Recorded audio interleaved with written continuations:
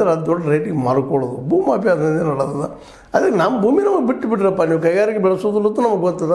ಎಷ್ಟು ಬೆಳೆಸಿದ್ರಿ all over ಕರ್ನಾಟಕದಲ್ಲೇ, ಎಷ್ಟು ಜನಕ್ಕೆ ಉದ್ಯೋಗ ಸೃಷ್ಟಿಯಾಗಿದ್ದಾವೆ, ಯಾಕೆ ನಿರುದ್ಯೋಗ ಇಲ್ಲಿ ಹೆಚ್ಚಾಗಿದೆ ಅಂತ ಅವರು ಕೇಳ್ತಾ ಇದ್ದಾರೆ.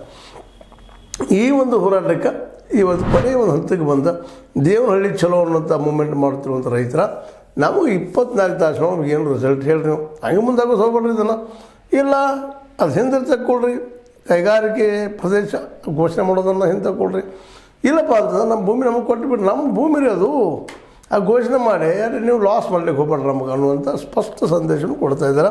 ಇದು ನಾಯಕತ್ವವನ್ನು ನಿಮಗೆ ಗೊತ್ತದ ಪ್ರಕಾಶ್ ರಾಜ್ ಅವರು ಮಾಡ್ತಾಯಿದ್ದಾರೆ. ಪ್ರಕಾಶ್ ರಾಜ್ ಅವರು ಸಿನಿ ಇಂಡಸ್ಟ್ರಿಯಲ್ಲಿ ದೊಡ್ಡ ಪ್ರಸಿದ್ಧ ನಟರು ಅನ್ನೋದು ನಿಮಗೆ ಗೊತ್ತದ. ಮತ್ತು ಒಂದು ಲೆಫ್ಟಿಸ್ಟ್ ಐಡಿಯಾ, ಅದು ಸಮಾಜವಾದ ದೃಷ್ಟಿಯಲ್ಲಿ ಅವರು ವಿಚಾರ ಮಾಡುವಂಥ ವ್ಯಕ್ತಿ ಇದ್ದಾರೆ. ಅವರು ಇದ್ರ ನಾಯಕತ್ವ ವಹಿಸಿ ರೈತರ ಜೊತೆಗೆ ತಾವು ಹೋರಾಟ ಮಾಡ್ತಾಯಿದ್ದಾರೆ. ಇದು ಗಮನಿಸಬೇಕಾದ ವಿಷಯ ಆಗ್ಯಾವ. ಅದು ಯಾರೂ ಮಾಡಲಿ ಹೋರಾಟ, ಆದರೆ ಇಲ್ಲಿ ಸತ್ಯತೆಯನ್ನು ಅರ್ಥ ಮಾಡ್ಕೋಬೇಕಲ್ಲ ಯಾವುದು ಅಂತೇಳಿ. ಹೌದು ಬಿಡಪ್ಪ, ಕೈಗಾರಿಕಾಕರಣ ಆಗ್ಲಿಕ್ಕತ್ತದ ರೀ, ಜಬರ್ದಸ್ತ ಬರ್ತಾ ಇದೆ, ಬೆಳೀತಾ ಇದ್ದಾವೆ, ನೀವೆಲ್ಲ ರೀತಿ ಸಹಾಯ ಸಹಕಾರ ಮಾಡ್ತೀರಿ ಅನ್ನೋದು ನಾವು ಒಂದು ಕಡೆ ವಿಚಾರ ಮಾಡಿದ್ರೆ ಅದು ಸಹಿತ ನಿಮ್ಮಿಂದ ಆಗುವುದಿಲ್ಲ. ಭೂಮಿ ಏನೋ ಕೊಡ್ತೀರಿ, ರೈತರ ಭೂಮಿ ಇರ್ತದೆ, ಒಂದೇನೋ ಫಿಕ್ಸ್ ಮಾಡ್ತೀರಿ ರೇಟ, ಕೊಟ್ಟು ಬಿಡ್ತೀರಿ ಪರಿಹಾರ, ಅವ್ರ ಬದುಕಿಗೆ ಏನೂ ಆಗಲಾರ್ದಂಗೆ.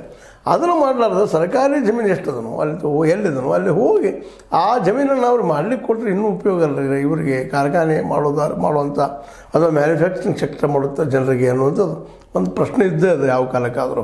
ಯಾಕಂದ್ರೆ ಫಲವತ್ತಾದ ಭೂಮಿಯಲ್ಲೇ ಪಾಪ ರೈತ ಬೆಳೀತಾ ಇರ್ತಾನೆ, ಬದುಕ್ತಾ ಇರ್ತಾನೆ, ಬದುಕಿರ್ತದೆ, ಜೊತೆಗಾರರು ಕೂಡಿರ್ತಾರೆ. ಯಾಕಂದ್ರೆ ಸಾವಿರಾರು ಎಕರೆ ಭೂಮಿ ಅಂದರೆ ಸಾಣದಲ್ಲ, ಆ ಭೂಮಿ